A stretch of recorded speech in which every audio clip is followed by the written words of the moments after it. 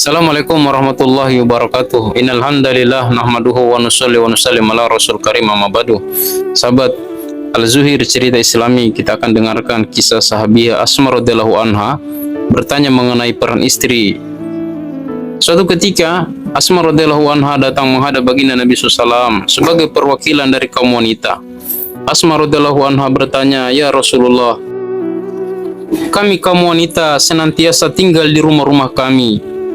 Kami senantiasa tertutup oleh hijab. Kami selalu sibuk memenuhi segala keperluan dan keinginan suami kami. Kami juga selalu menggendong dan mengasuh anak-anak mereka. Sedangkan kaum laki-laki selalu sibuk dengan pekerjaan yang mendatangkan pahala bagi mereka. Mereka mendapatkan pahala sholat 5 waktu berjamaah di masjid dan sholat Jumat. Mereka dapat menengok orang sakit. Mereka dapat ikut dalam upacara jenazah dan mengantarkannya. Mereka dapat mengerjakan ibadah haji. Yang paling utama, mereka dapat melakukan jihad fisabilillah. Jika mereka pergi melakukan ibadah haji, umroh, dan jihad fisabilillah, maka kamilah yang menjaga harta mereka di rumah-rumah kami, dan kamilah yang menjahit pakaian mereka, kemudian memelihara anak-anak mereka. Maka apakah kami mendapatkan pahala yang sama?" Baginda Rasulullah SAW memuji pertanyaan Asma radhiyallahu taala anha dengan bertanya kepada para sahabat radhiyallahu anhu, "Wahai sahabat-sahabatku, pernahkah kalian mendengar suatu pertanyaan yang lebih baik dari pertanyaan wanita ini?"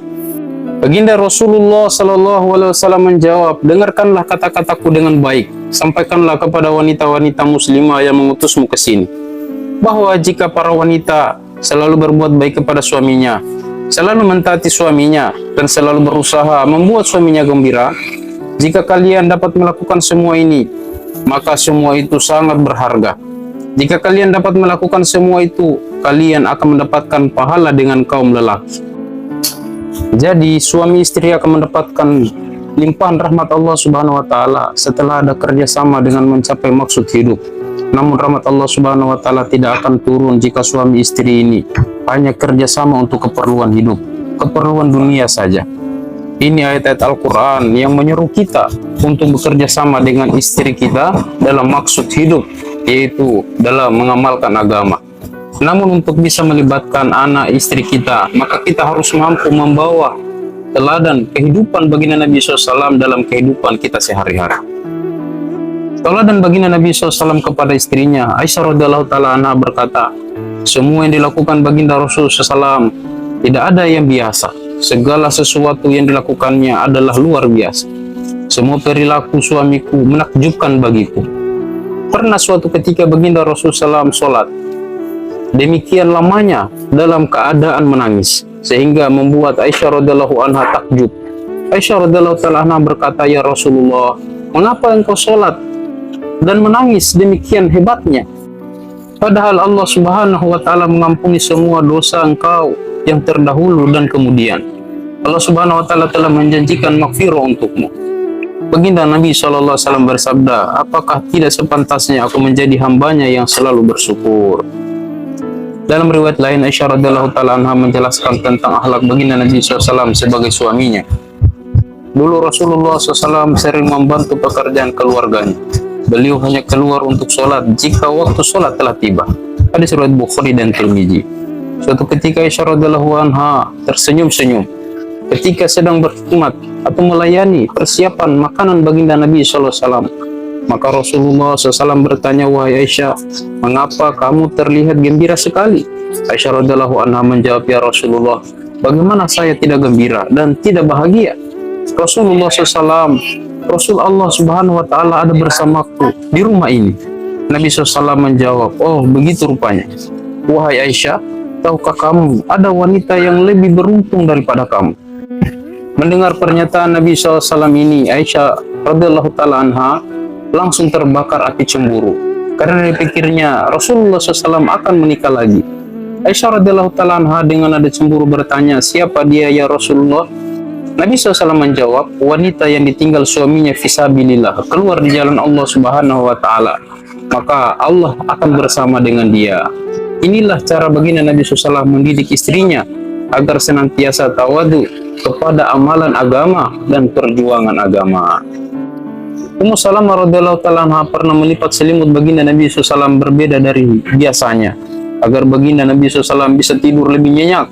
Besokan paginya baginda Nabi SAW bertanya kepada Ummu Salamah apa yang telah dia lakukan dengan selimutnya. Ummu Salamah radhiyallahu anha menjelaskan keinginannya agar baginda Rasulullah SAW bisa tidur lebih nyenyak di rumahnya. Namun apa kata baginda Nabi SAW? Wah istriku, kembalikanlah lipatan selimutku seperti semula. Aku khawatir jika aku tidur terlalu nyenyak, maka aku tidak bisa sholat tahajud di malam hari. Inilah tauladan dan didikan yang dicontohkan oleh baginda Rasulullah SAW kepada istri-istrinya. Maka kita harus mengikuti cara baginda Nabi SAW dalam membina keluarganya. Hanya dengan mengikuti napak tilas kehidupan baginda Nabi SAW, Allah Subhanahu wa Ta'ala akan memberikan kita kesuksesan hidup di dunia dan akhirat. Jangan ikut cara yang lain yang belum pasti jaminannya. Ikut cara baginda Nabi SAW pasti bahagia. Ini karena jaminannya adalah dari Allah Subhanahu wa Ta'ala. Setiap dari wanita ingin mendapatkan suami yang ideal, maka ukuran yang terbaik adalah baginda Nabi SAW. Karena baginda Nabi SAW katakan, aku adalah suami yang terbaik. Nabi SAW mengatakan beliau SAW adalah suami terbaik. Ini apa ukurannya? Yang pertama, apakah karena ukuran rumah? Rumah baginda Nabi SAW sangat kecil. Saking kecilnya, terkadang untuk sholat harus mengangkat kaki Aisyah radhiyallahu anha agar cukup untuk bersujud. Yang kedua, apakah karena uang belanja? Rumah baginda Nabi SAW pernah dapurnya tidak menyala selama 3 bulan lamanya. Seringkali karena tidak ada makanan Nabi SAW, hanya makanan roti dan cuka saja. Yang ketiga, apakah karena ukuran waktu? Baginda Nabi SAW asbab kerja dakwah, berangkat pagi dan pulang malam sampai di rumah istrinya dan sudah tertidur, sehingga Nabi SAW harus tidur di luar agar tidak membangunkan istrinya.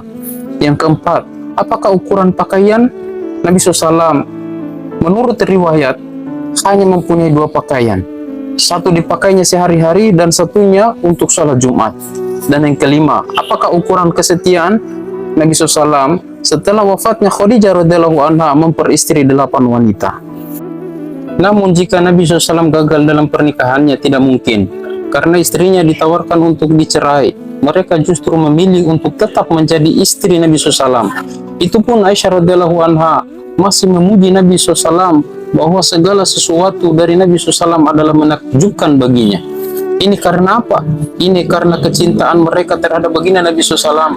Jika cinta ini sudah menghujam di hati, maka apapun terasa nikmat ketika dijalankan. Inilah kecintaan para istri Nabi SAW kepada baginda Nabi SAW. Apa yang menyebabkan mereka bisa demikian rupa mencintai baginda Nabi SAW? Yang pertama adalah akhlak dan kasih sayang baginda Nabi SAW kepada istrinya. Yang kedua, keyakinan mereka atas perintah Allah Subhanahu wa Ta'ala dan janji Allah Subhanahu wa Ta'ala. Dan yang ketiga, kepahaman mereka atas agama.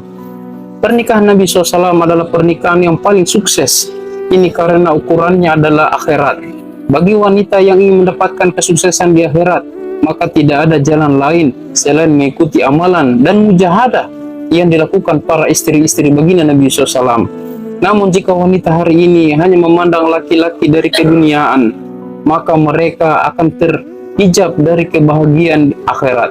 Akhirat ini hanya untuk orang-orang yang mau mengorbankan dunianya demi akhirat, bukan untuk orang-orang yang mengorbankan akhirat untuk keduniaannya. Seperti inilah cara Nabi SAW membimbing istri-istrinya, yaitu senantiasa mengajak mereka untuk tawadu kepada kehidupan akhirat.